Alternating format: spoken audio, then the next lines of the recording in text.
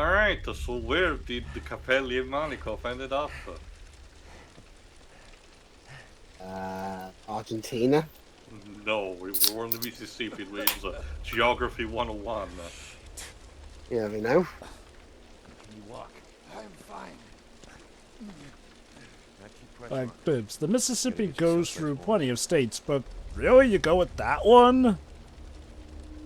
Yeah. No, we're actually in Missouri. Mm-hmm.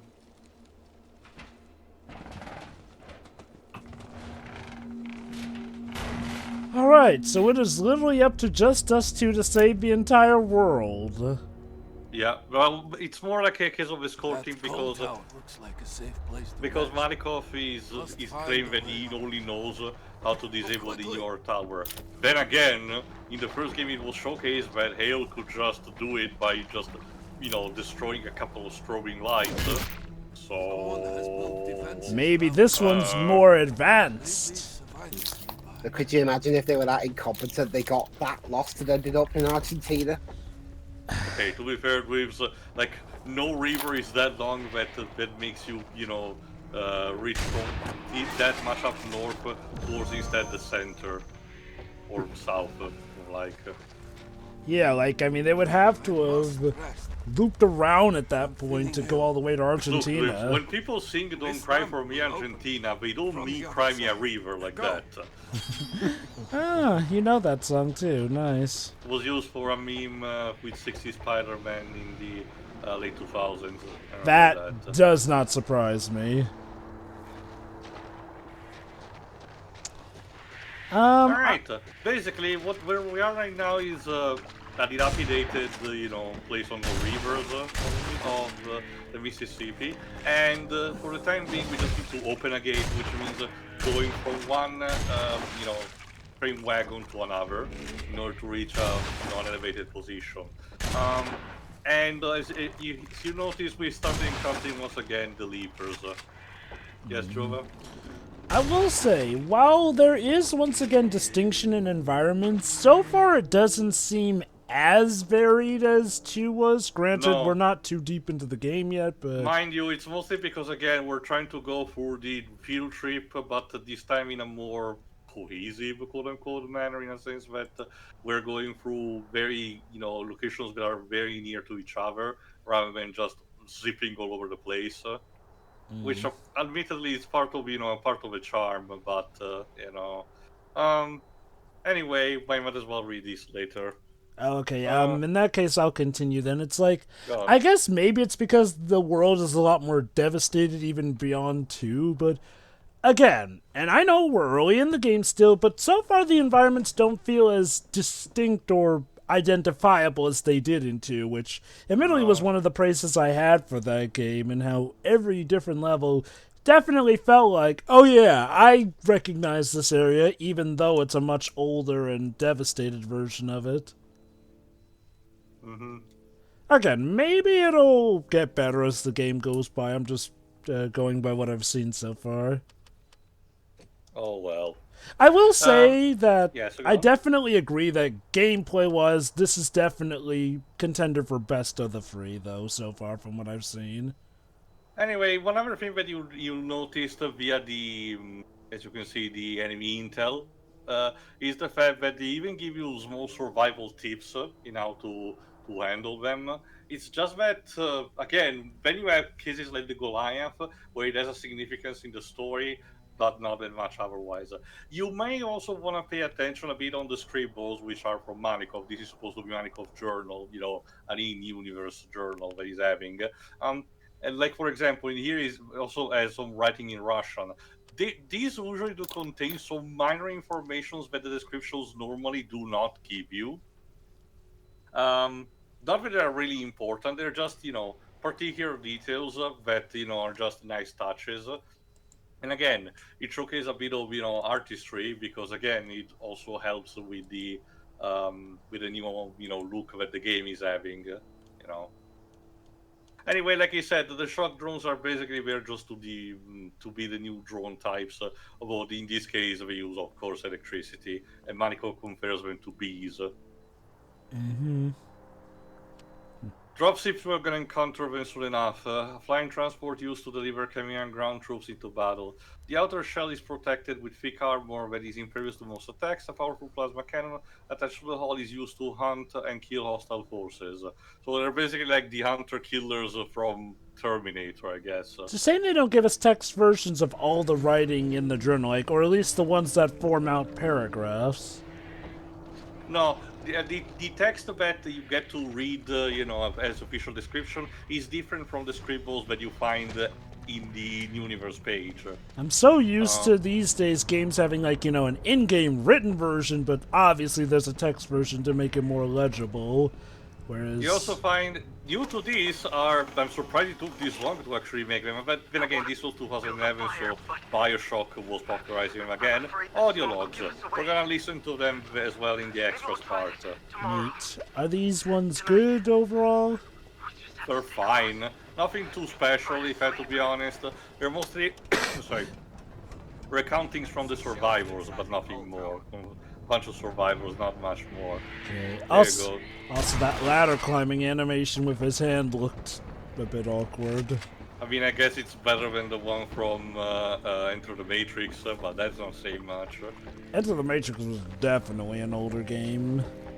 No, it's just that, when I think of goofy climbing animation, I mostly think of that. It's like, look at that, look how his arm moves and Very slides up and robotic, down. yes. Don't mind me, just passing through. The leapers in this case are more manageable. They're a bit more chunky as you can see them, but they don't do that much of the rotation attack anymore. They either spit poison at you or just try to leap properly at you. It's a real train graveyard here, ain't it? Mm-hmm. My goal is still, again, not to kill necessarily every one of them, but they become a bit of a nuisance, so I might as well deal with them before, the game tells me where to go. Again, it's a case where, if you're dilly-dallying a bit too much, the game gives you an indicator which, I guess can come in a pinch in a case where you generally can get lost, but I don't know, the level design is fairly simple enough that it's understandable what you're supposed to do. Yeah, for the most part, progression has never really seemed to be that big an issue with these games. Maybe with a few bits. FPSs in general, unless the old school ones were the maze-like structure, that was the entire point. But more modern military ones, they tend to be almost on rail, as in, in the way you actually progress towards the story, properly because they want to get you from set piece to set piece. Only more recent examples, once again started with Doom 2016, try to shake things up a bit. Over here. I forgot the name. There is a fantasy-themed FPS that actually brings back the maze-like structure, despite having a design slightly similar to Quake. Oh, I'm so sorry, Mark. Oh, Jesus. Oh boy. Now. Yeah, the Widowmakers just got a bit bigger. Jesus Christ, what have they been eating? It is gone. We are very fortunate. Jinxed That it, didn't Widowmaker he? is feral. Malikov, Extremely dangerous. stop talking with your dead wound that is on your neck, please. Also, that being said, what's this about the Widowmaker having gone feral? Like, that wasn't how they acted already. Remember, Jova, the thing I mentioned in the previous part, there's now a schism between the Chimera. The ones that, like the hybrids, tend to have more technology on their side, which are still part of the collective mind, and the ones that instead are properly labeled feral, which are more animalistic, which broke after Darrow's defeat. Which is kind of ironic, like, weren't the more animalistic ones the original ones, and the hybrids are the newer ones? Well, that really depends, because again, the hierarchy of the Chimera shifted throughout the games, but that was ideally the commanding unit towards the I thought it was. For a second there, I thought it was going to be like, look, a plane that can take us to New York. We need to get there before the Chimera. Thankfully, we're not suffering Resident Evil syndrome. Don't worry, Liz. Whee! Hey, that was a nicely placed mattress.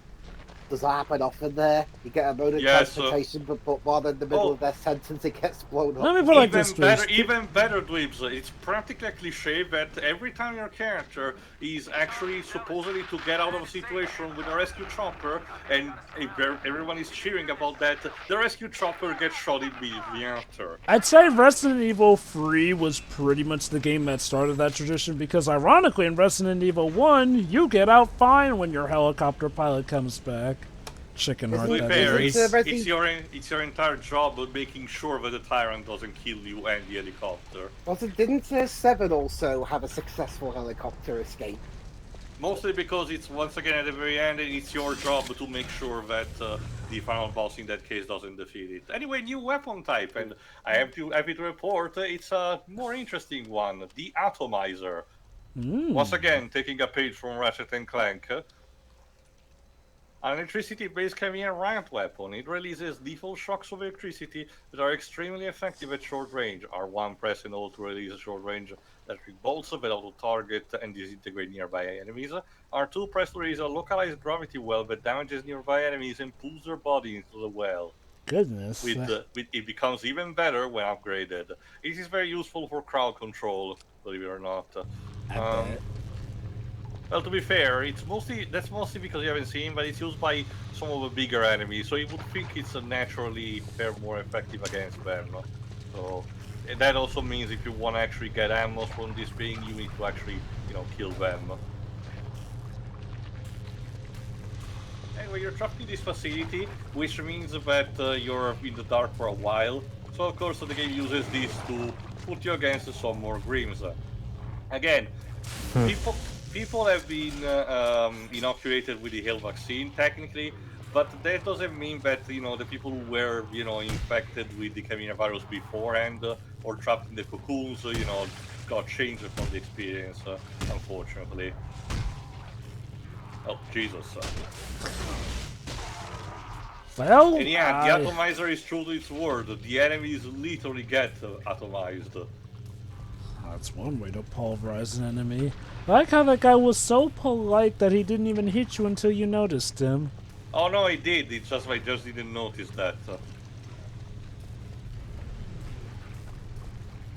Also, once again, no idea where the music went. Like, you're trying to make the moment scary, but you're telling me there's nothing ambiental that can do it. I'm glad that you're not resorting to the loud violin jump scare that Dead Space was using around this time, but come on, I'm pretty sure there is an alternative. I'm guessing they're going for the whole atmospheric thing with not playing the music in certain points. Again, that's the thing.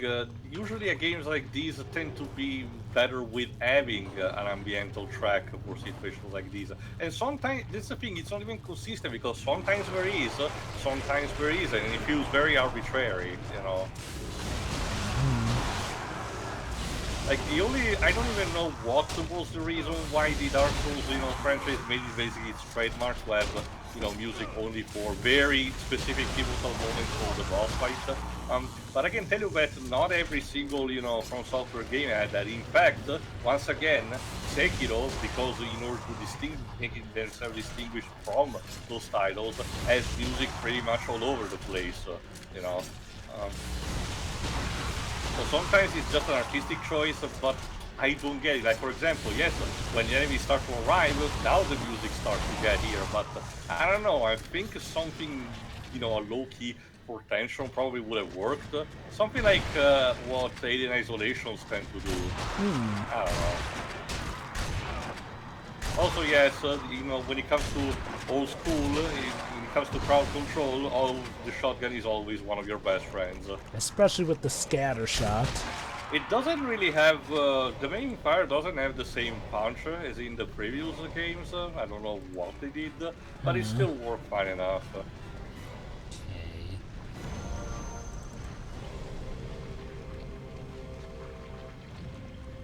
Alright, time to go up the stairs if I recall correctly. Anyone else want a shot? Yeah, that's what I was actually checking.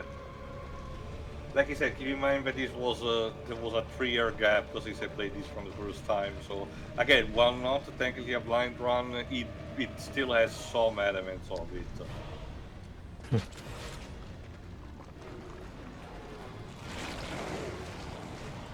a chanting dog.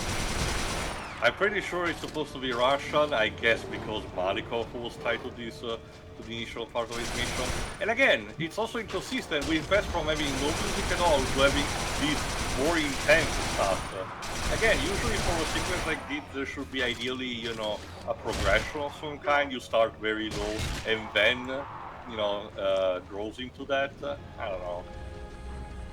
Again, I don't know what was the thought process when composing for this franchise as a whole, to be honest. It's weird because again, the Ratchet and Clank games perfectly had an idea what to do. Even the titles released around this time in the Future Saga, you know, had even some form of dynamic music sometimes too. So it's not like Insomniac nobody knew what to do. It really boggles the mind. Like, I'll admit, Resistance is a story where I can tell why not as many people talk about this as it probably was talked about when it came out.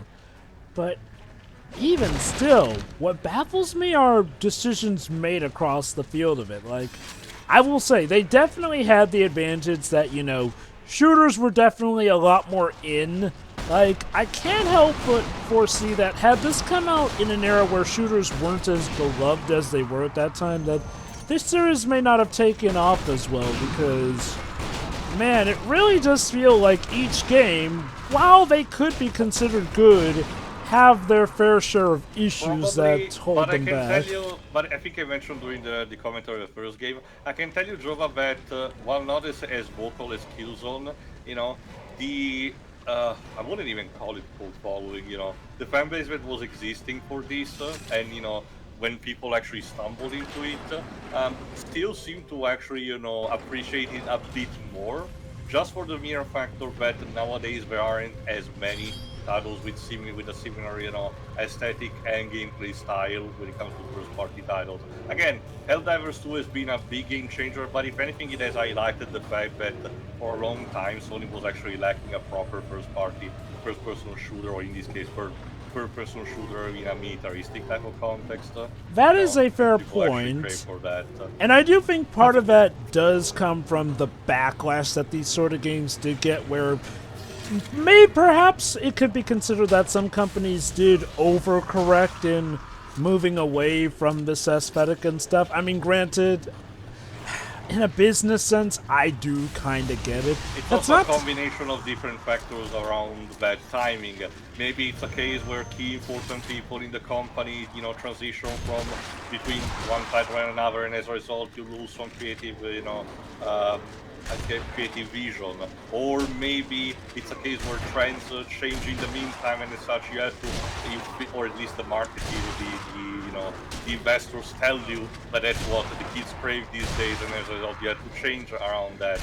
As a result, you might instead lose the identity of the gameplay towards that. Curious, all the main people who worked on this game still work at Insomniac, right? In some capacity, yes. Well, okay, the only one I can tell you for a fact that I know is TJ Fixman, which was the writer of the second, which you know why he left. I can actually help you there. The director of this game went on to direct Sunset Overdrive and later Rift Apart. And like I said, the writer became the creative director of Miles Morales.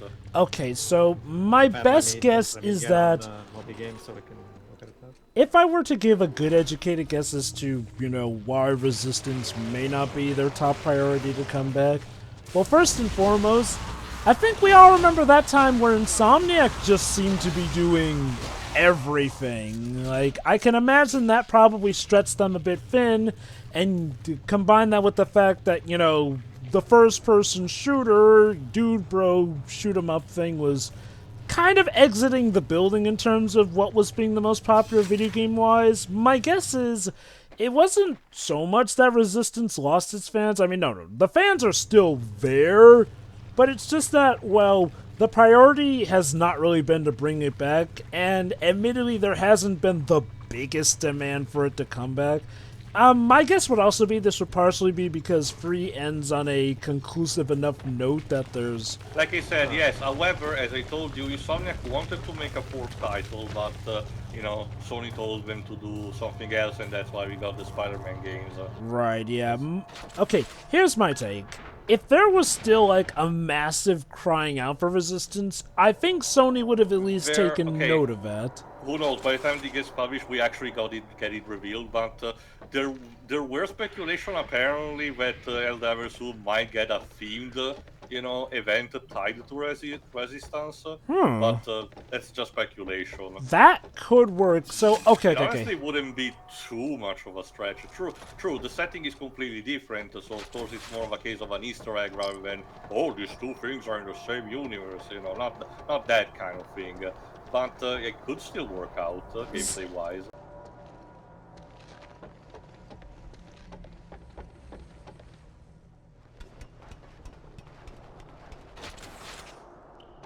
Charlie, where the hell are you? Cover me! I'm moving out! I got ya! Move! We're in trouble here! Ellis, it's Charlie. The stalker's got us pinned down over on the east side. We're trying to get to you, but you're on your own for a bit.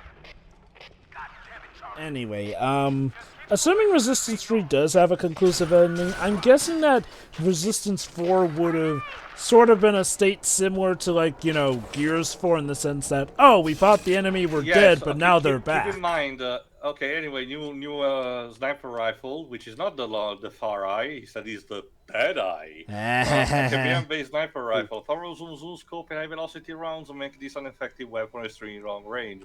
Fires a R1 fires a single supersonic blast of energy with pinpoint accuracy. R2 press to charge up and fire a proton charge that disintegrates most enemies with a single shot. So you don't get any more of the slowdown mechanic, which admittedly was very useful, but you compensate that with a railgun shot, which, you know, essentially you trade off, you know, precision for, you know, extra damage. So there is that. And it even gives you a bit of a tutorial for that. Just to mention, Jova, to give you an idea about the how would it gone. While this is conclusive, I can tell you that it's still relatively open for the Chimera to return in some fashion. Like, I will not tell you exactly how, but it would have been able. And one of the last entries on Malikov Journey is at something he was actually theorizing on, but the game never elaborates much. So it gives that kind of open end to that. And as Price will say in one of those extras video, which we'll see in the last part, again, the goal for his company is to create franchises and not single titles, so I get the idea why will the things still leave a bit of a window open. Yes, Pedro? Yeah, I'm seeing here Marcus Smith, who was the director of this game. He also, before this game, he also worked on Russian Clank in Time. He also worked on Resistance 2 to some extent. Yeah, in the first game as well. But basically, after this game, he went on to also work on Fuse. And yeah, here it is. He's credited as the creative director of Ripped Apart. In fact, he's also credited as one of the creative directors of all the Spider-Man games that they made. Hey, look at that, Jova. At least people in Africa seem to be doing fine. That's so good to hear. Again, that's one of the neat things. This game actually tries to remember instead of the second. Okay, while at the end of the day, the story of this game is still very heavily American-centric. I mean, for crying out loud, we need to get New York is the key to all of this, and we need to go there to stop the invasion. You know, what a coincidence. You know, the game still remembers that the invasion happened throughout the entire world, and towards the end we will hear more about what's happening in the rest of the world. They're not, again, it's still a resistance, so it's not like the rest of the world is thriving unless the map from the first game is still valid and Australia is not being invaded somehow. You know? I will say... but I really doubt about it. You know, there are still some pockets of resistance that actually still are, you know, fighting the good fight. I will say also, I do like that, you know, in a sense, this can be considered the Reconstruction era of stuff where things are getting better, which is shown a bit in the game's tone, which is not as dour as 2's, which, you know... It's more of a case where since the humans have got the L vaccine and everything, essentially the invasion of the Chimera has come to a stalemate. And if you notice, even from the previous 2 titles, the entire strategy of the Chimera has been huge quantities, and to pummel you until you actually give up. So now basically we're at the point of a standstill where the Chimera are basically losing. There you go. Losing this kind of strength, and managing to destroy these key points in New York should be actually effective to cause a chain reaction that will allow the entire invasion to crumble, ideally. Which makes sense given the schism going on within the Chimera themselves. Chimera. And again, the fact that they cannot infect any more humans, at least in America, because as far as we know, again, if the L vaccine was actually exported to Europe and the rest of the world, I don't know. Maybe it's told in a novel. Again, I only read the bit of synopsis. Anyway, we reached a bunch of other.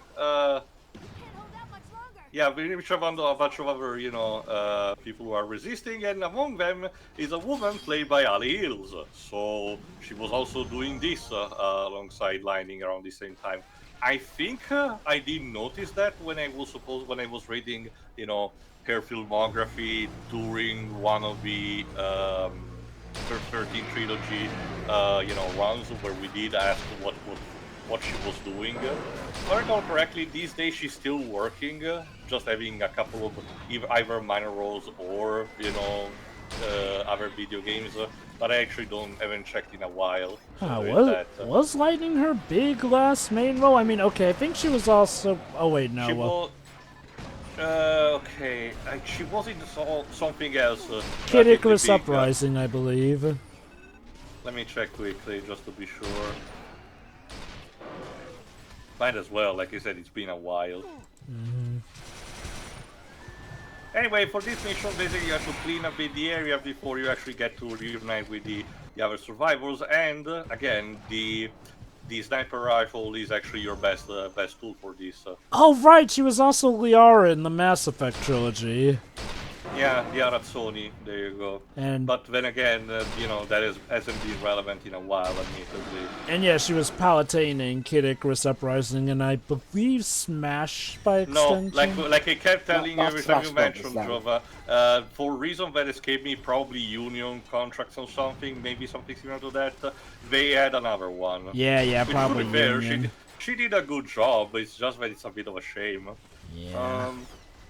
Yeah, there you go. She's still doing stuff to this day. Apparently, she voiced 11 for a Stranger Things video game more recently. She was recredited in 2021 for the Mass Effect Legendary Edition. I wonder if that means there were new lines recorded. No. It was just a matter of just recrediting because, the voice actor or actress is for that one. Weird. Usually filmographies don't... I did forgot. Ever since the character she voices was introduced. Oh no, she has been voicing for stuff from Ratchet and Clank since Into the Nexus, because she did replace Tara Strong for one character that she voiced. I'm not gonna tell you which specific one is. But starting with also that one, she voices one of the small drones that get to float around, Miss Zurkon. Oh god, she was Black Cat in the Amazing Spider-Man 2 video game. Good lord. That was literally the same year as Lightning Returns, so she was in 2 horrible games. Although I don't remember Black Cat being the worst part of that game. Again, it was more the tediousness of the morality system. No, you have a good point. Like, for all that game's issues, I don't think Black Cat was one of them.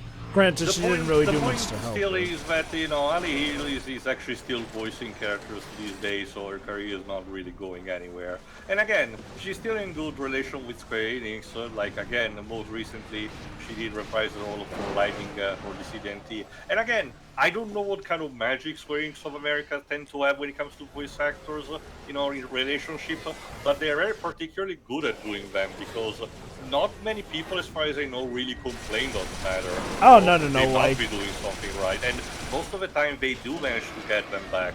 Like, for all of 13's problems, I don't think the acting was one of them. In fact, if anything, I'd say that was one of the best things of it, even in the later it's also the sequels. fact that it allows as gateway, as in it makes the voice actor or actress relatively famous. Again, Ray Chase became more mainstream thanks to Final Fantasy XV, and then he started suffering from Mark Hamill syndrome by having like only a handful of positive, sorry, not positive, but good alignment characters, and after that voicing almost everything, almost exclusively villains. Jesus. I don't know why.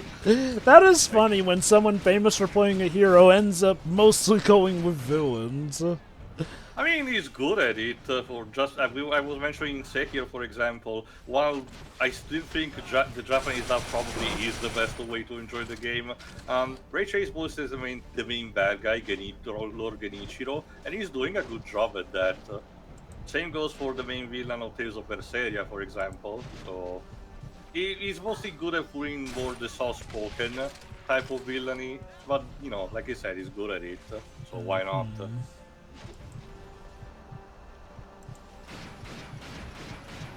Okay, I forgot instead. Aside from the Joker in Batman Arkham Origins, Detroit, I guess he did considering his resume is relatively more vast, but Detroit Baker voiced major villains in video games? He probably has. Like okay. You said, lots of probability, so he might probably have. Troy Baker was also someone whose career arguably got skyrocketed by Final Fantasy XIII. Like, granted, from what I know... Apparently, no, that was more the case thanks to Tales of Vesperia, mostly because the popularity of the character he voiced was skyrocketed as well, both in Japan and in the West. Although again, I still want to see for myself. And again, the fact that Thanks for the help, I'll fella. mention these later. Name's Ellis. This here is Glenda. So I guess this will be our new motley crew for this game. Specifically for this region, one common theme for this road trip is the fact that Capelli meets a bunch of characters and then basically moves on. God forbid they die horrifically each time. That's what we'll have to see. Like I said, this is going. While I'm not comparing it strictly to the road, it still hits some of the keywords of that. It's amazing how influential that story actually was, even before the book. But again, apparently, as I discovered, as I discovered, thanks to the No Country for Old Men commentaries, apparently the author of the book is relatively high regarded when it comes to reading circles. So maybe it's because of that. Admittedly, it is always interesting to see the ground zero of a trope or, the trendsetter in action before a trend was a trend. Anyway, watch out for the big guys. Again, they return from the second game, the heavy weapons guy lookalikes, but they pack a bit more punch and also sports more proper shields. It looks so if like you have EMP grenades, bust them out. And yes, the atomizer actually works relatively fine because it actually tries to, it blocks some of incoming damage, but also actually is a bit more effective against them. How nice of that guy to throw his gun for us to collect before it got electrocuted along with him. It's a good weapon overall. I also noticed that the Ravagers seem to be quicker than I recall them being. A bit. Not that much, but a bit. And yeah, now we had to do a bit of a defense mission. I don't mind this because the bar actually gives you plenty of resources to do it, but the trophy, the specific trophy attached to this mission, asks you to manage to repel the waves without letting a single chimera enter the bar, which is not that easy, I can tell you that. Up in the pub. Don't worry, we got it covered. We got a new friend here. He helped us out. Guy's a hell of a fighter, Charlie. Get back to the hideout. You'll meet Charlie soon enough. Bring your new friend. We'll head out as soon as the skies are clear. We actually saw Charlie as one of the characters in the main menu of the game. Let's hit these Neat. bastards in the street. Guessing these guys are all playable in the multiplayer. If I remember correctly, yes. Again, if there's an even character, there's a good chance they have a skin for the multiplayer. Again, it's similar to what Gears does, usually. Alright, wave 1. Again, this also allows a bit of small set pieces that more resemble what a multiplayer map probably would be. In this case, defend the castle. Yes, I get it. Well, they were doing all that dropping without rushing in, so I guess it was bound to happen sooner or later. Bonk. Headshot. Again, prioritize the enemies with the augers as usual. They tend to be the more nasty one. Again, in a game where cover of some kind is vital, you know, an enemy that can bypass that can become very deadly. So, you know, watch out. Mm-hmm.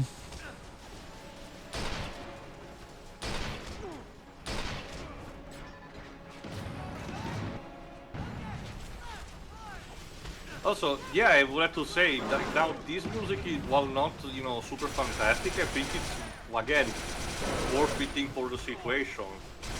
Again, like I said, it's not too much of a problem of the quality to me, but the inconsistency.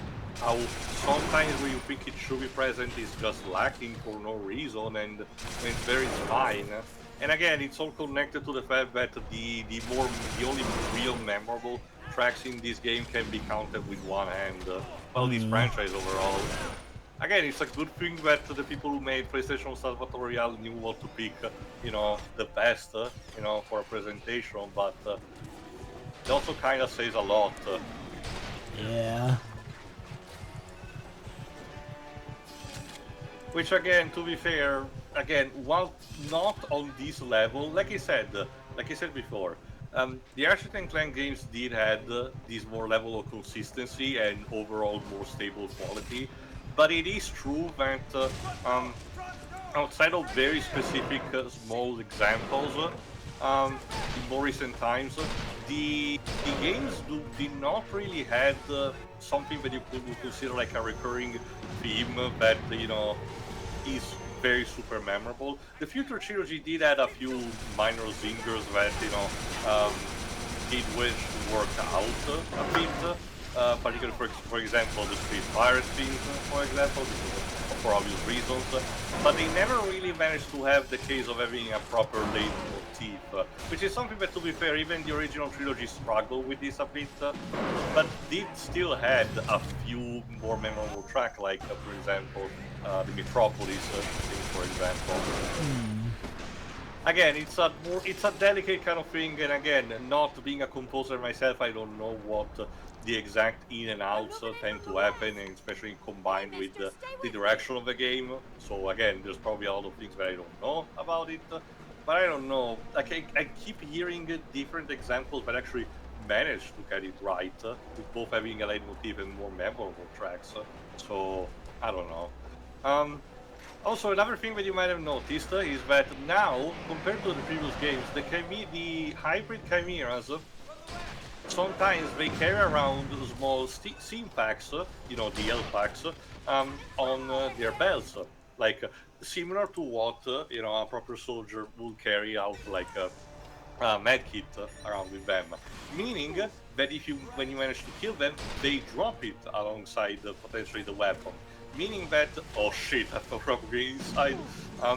Meaning that you can potentially, you know, aim your shot. If you aim your shots accurately and prioritize the target, you can actually decide to actually get one of those in a specific point that then you can actually, you know, collect for, you know, emergency help later on. It's a neat addition that it's just a small details on the character's model, but allows a bit more strategy. And doesn't make the game super dickish on that front. Watch your backs!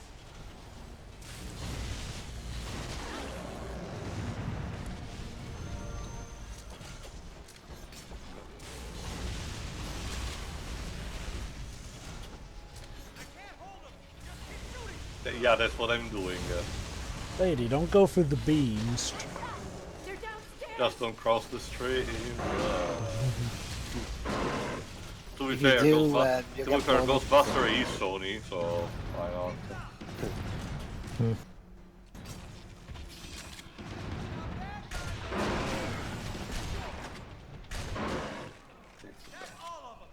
Good work, everybody. Yeah, it seems from what I'm seeing here that a lot of Insomniac people alternate between various different projects in general. There's not like, it's not like something like with on how Ken Montemura is the Yokai Watch director at level 5 and he doesn't really do much of anything else. Again, this was probably the experience. Insomniac seems like they they shuffle staff through projects basically in general. Again, considering this was more the quote-unquote experimental difficulties that they were having. I get the idea also why. Maybe it was something like some people were actually made there to, you know, work out the kinks. Also, I don't think I mentioned this yet. Yeah, you might have noticed, but my flashlight is not anymore toggleable, you know, on my on Wim. It's always toggles on and off automatically depending on where you are, which is Weird. kind of dumb because in the previous games it used one of the D-pads, you know, buttons which are not used in this game, so there was technically nothing wrong in removing that feature, and yet it happened, and I don't know why. Not officially. Huh. I can't really believe it was something like, say, it caused problems during testing or something, because I don't know, it doesn't seem to be the thing that would cause, you know, bugs or something. So it must have been arbitrary as a decision of some kind. Forge some paperwork. The next day we had a Anyway, as we're actually mentioning, this group is a bit of a ragtag band of mischiefs, because the guy in charge, Charlie, was just, you know, a random guy who ended up in the chain of command by accident. Again, the situation in the US is so dire because there's not anymore a government or, you know, a military force. Oh great, another gorilla guy. Sorry, Aram, but time to pull the trigger. Yeah, let's get the RSPCA. No, actually, is that kind of not what they were going for? Again, that's another neat thing. Part of their Insomniac's trademark type of sense of humor was really in the credits. We did have skipped a bit over, you know, but even the credits of Resistance 2 did add something akin to, you know, no bestial aliens were actually harmed during the production of this game, which admittedly is something that they've been carrying over since the first Pyro, so it's more of a tradition. But it's nice that it's being kept just for fun. Cute.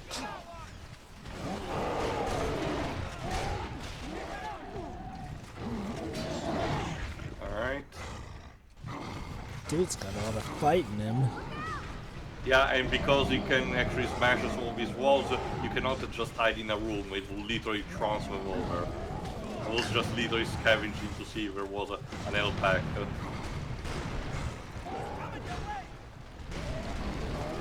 Oh, what a mess. And there are also some hybrids here, my god. Why don't you guys How am I try not fighting dead? each other instead of me?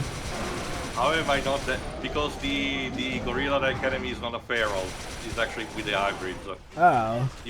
You do notice that because he had archery armor on it. As a general thumb, chimeras with at least start with armors on them are not you know, feral. There we go.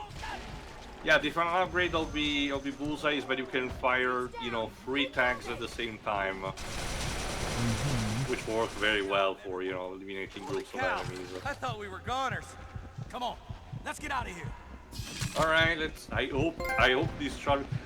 The trophy is Olympic Calm. I don't remember actually what the actually, you know, means when it comes to unlocking. Like, I remember what the requirements are. You said it's Olympic Calm, right? Yeah, I don't know if it's the exact same translation, but that's what it means for the Italian one. Well, let's see. Olympism is considered a state of mind in some bouts. Can permeate a wide variety.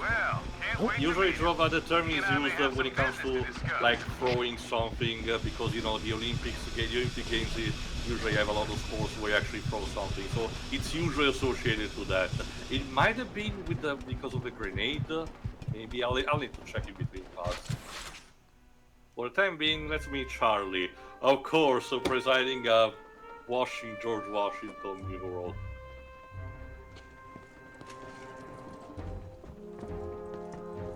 I think you got some fallout in my Resistance game. Even as an Elvis-like haircut. And those mutton chops. My name's Charlie Tent. You must be Joseph. How do you know my name? Malikov. How did they got him? He's been calling for you ever since we found him. It's infected. You got any penicillin? No, I'm allergic to penicillin. There's one little problem. Our only aircraft is out in the open, with no power. What do you want? I want a new power supply. Same kind they use in those Chimeran dropships. Charlie might sound a Dropship, bit of a huh? dick, That's a big but job. believe it or not, Life's pretty simple, he's Joe. gonna become basically fight, one of Joseph's or we new die. best friends for his journey. I'm guessing by virtue I of the can fact you're still understand breathing, it, like, you were one of the fighting type. he Like us. probably has heard of Joseph, and given that from what we know, Capelli doesn't have the best reputation, he's All right, here's probably the deal. tackling things in a You guarded give the old man manner. some pills, I'll help you take down that dropship. Then once the VTOL is powered up and he's healthy enough to travel, you give us both a ride to New York City. You better be worth it. That handshake was so weak, Jesus. Now, let's get to work setting up that ambush. And that's what we're gonna do in the next part, so see you for that. Alright, see Yeah. ya.